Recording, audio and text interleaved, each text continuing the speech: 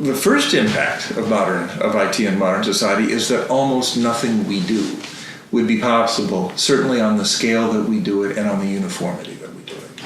That to run any kind of organization, you have to conquer time and space and complexity.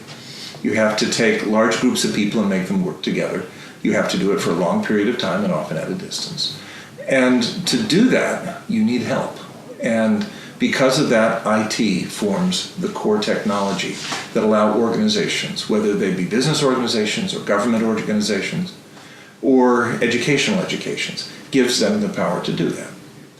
Along the way, we have used this technology to rethink how we approach organizations, how we approach markets, how we approach customers, how we approach students.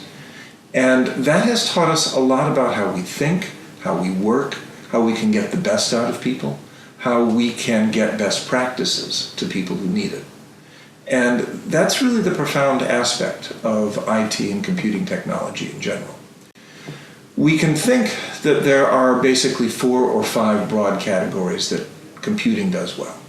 It automates stuff and allows a lot of different steps to be put together.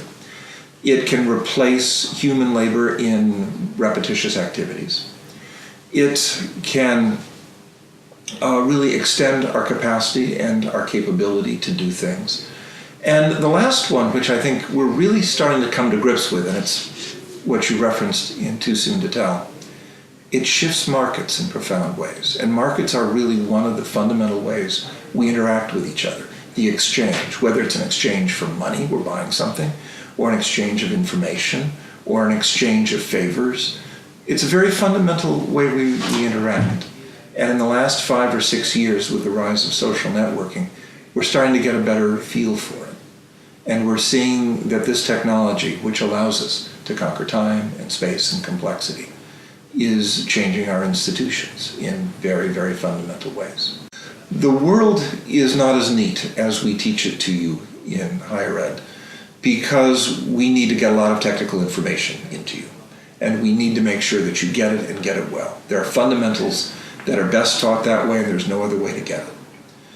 The world of your career involves situations that are not black and white, that involves software and systems that are not the newest and not the best, and involves paths of decision that are not easy, involve trade-offs that you're not going to like. And you learn best how to deal with those by actually doing with it. The common method is when you look for jobs and when you look for starting your career, you try to do things that give you a basis of experience that in fact you could walk away from. Doing an internship, going around and doing information interviews, which I think is one of the most important things that we don't encourage. Going in and talking to someone and saying, what do you do? Who reports to you? What are the goals of your organization? Who sets those goals? What authority do you have based on those organizations? And what are the kind of difficult decisions you have to make? What are the trade-offs between an optimal thing for one group and an optimal thing for another? And once you do that, you should always say, and can I speak to your boss? Because you'll discover that bosses love to talk to students, and if you play it well, you might even get a lunch at a very expensive restaurant. But as you do that, the next thing is that you should think about your first jobs as potentially being short-lived. Large corporations, I know, increasingly have rotations for their entry employees. And you should think that you're going into a rotation, that you'll be trying several different jobs and getting the breadth of understanding and eventually settling in. But in the first 3, 4, even 5 years, you'll be rotating through different kinds of jobs to get experience. And then the third thing is, as you do, talk with people that can in effect mentor you, that can tell you what it's like on the other side. And often we turn to graybeards, and we turn to people who have been around for a long time, and they can often be useful. But sometimes those who are most useful are those 4 years ahead of you. They have just gone through, they have just remembered it, they know the pain, and they can explain to you some of the issues and tell you not to worry about them. Now, at the same time, you may want someone with a 20-year or 25-year career who can tell you, yes, and the path goes this way, and this is the long arc. Don't worry about it.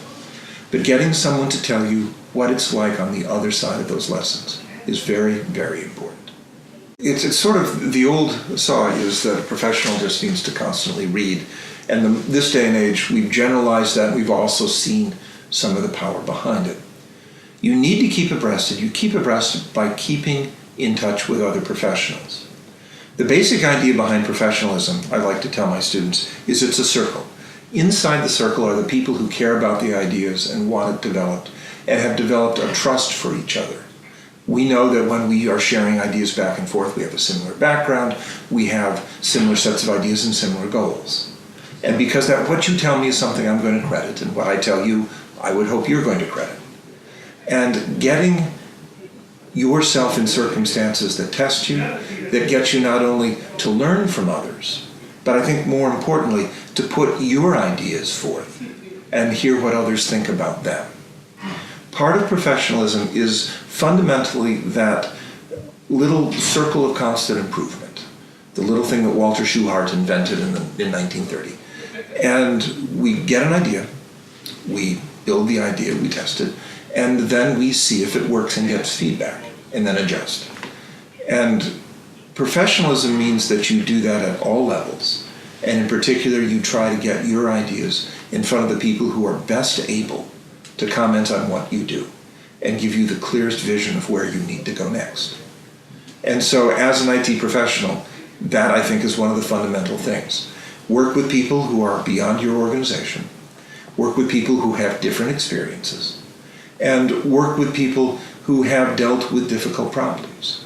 And all of them will help teach you, and you will also quickly find that there are people out there in the world who view you in those lights, who view you as a different organization, someone from a different organization who has dealt with difficult problems and has something to tell them. A good IT professional, someone who is in this, has a feet in both worlds, one foot on sea and one on shore, understands the nature of technology and the reasoning behind it and the basic strengths and weaknesses of the different applications, and also understands the organization, understands the group of people who are working together, whether it be a staff and a market, whether it be members and leaders, whatever it is, teachers and students, and understands the dynamic of it and can anticipate, if I apply this kind of technological solution, I'll get this kind of result. I'll get this kind of response from them, and I will see the groups reorganize in that kind of way. And these are not easy things to get, and they are transmitted best and most commonly by interaction with other professionals. I learn from your experience and you learn from mine. It is, I suppose, one of the basic transactions of professionalism. But that is, I think, the role that societies like the Irish Computer Society serve and the IEEE Computer Society serve. And that is helping people get a breadth of experience that shows them the technical knowledge they need and helps them get it, and also shows them the human experience in institutions and organizations and with people, and how to get that.